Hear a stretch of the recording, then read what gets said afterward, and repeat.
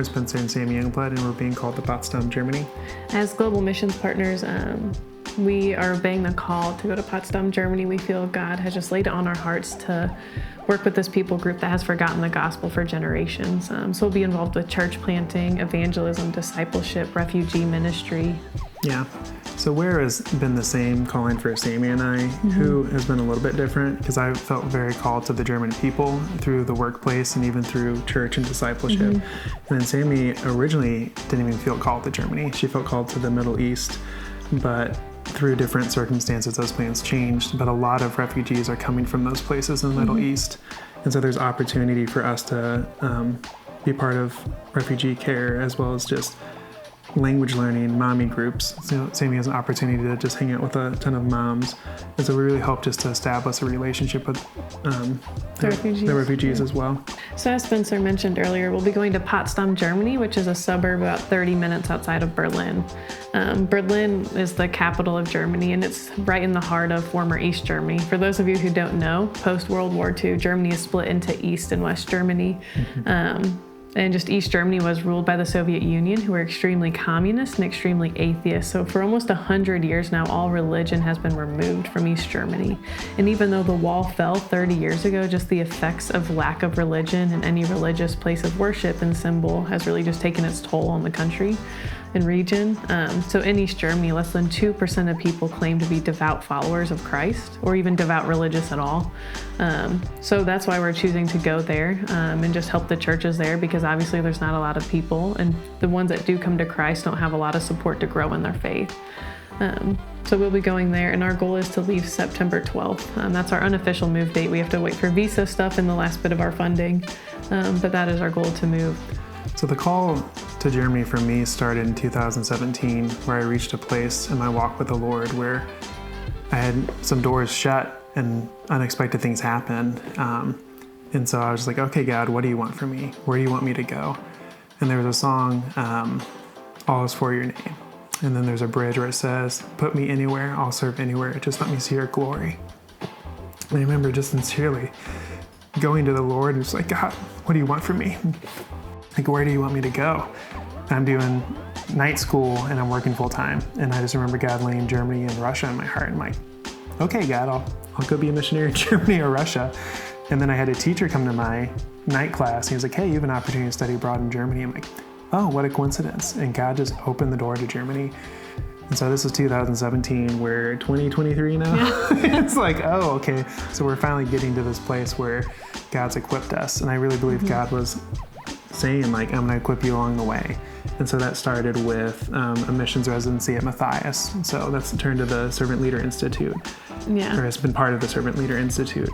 And God knew you needed a beautiful partner along the way. He did. So I also realized visiting back in 2018, or going back and visiting in 2018, that I definitely needed somebody when I went. And then I started praying for a wife. And he brought me someone who's also called missionally to Germany. And then we've just been together since and growing since. Yeah. I think for both of us, God has shaped us just through how long it's been, and constantly just the prayer of not my will, but yours, God. So for me, I was called to missions back in 2012. And clearly it's 2023, so it hasn't been a short time. But just since then, like God putting the desire for me to go to an unreached people group on my heart, and then getting diagnosed with multiple sclerosis in dental school, just wrestling with that. Like, God, I thought you were calling me to this, but now I have this huge life-changing thing. How is this compatible? Like, are you still there? Are you still guiding me? And the Lord using that to direct me to Germany, because I had friends that moved there, and now we're going to Germany, a place that I didn't even know at the time was so void of the gospel, but there's so many people groups represented there that go to places that we could never go to as Americans. And so we're able to interact with refugees from all these different places that have no access to the gospel and can take it back to their families and their friends. So it's cool to see the Lord's sovereignty and knowing, even though in that moment I didn't know where I was going or how to reconcile all these things, the Lord knew and was using that for good. And just since then, constantly thinking this was even going to work out one way or another, and it didn't. From selling our house a year early in the Lord's timing to selling all of our stuff and having to borrow pots and pans from John and Fran. Thank you guys. Just all of that, like the Lord just constantly pruning us and preparing us to live in such a hard to live place as a believer. It's been really hard but good, just putting ourselves in the Lord's hands. Even if our feelings aren't always there, it's hard. Just knowing that we can trust Him to break us and use us and feed others with us as He sees fit. So our heart in sharing our story is just recognizing that not everyone's called to support Sammy and I, but they are called to be part of the Great Commission. Mm-hmm. So what does that look like for you? Is that discipling at Matthias? Is that serving in the St. Charles area? Is that serving in the greater St. Louis area? Is that overseas? Because Matthias has a desire to send 50 missionaries by 2030. And I think God's put that calling on the leadership as well as the missions team. Yeah. So my encouragement would be just seek the Lord and then just asking God, like, where do you want me to go? What do you want me to do? What's the disposition of your heart? And are you really seeking the Lord? Yeah. And that's a question I think we all come to at some point, and will I submit to God's calling? Mm-hmm. So there's been times where that's easy. There's times when that's hard.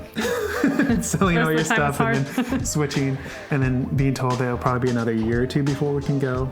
But thankfully we're almost there. Yeah. But just really want to encourage the body and just encourage you to be faithful where God's calling you to go. Yeah.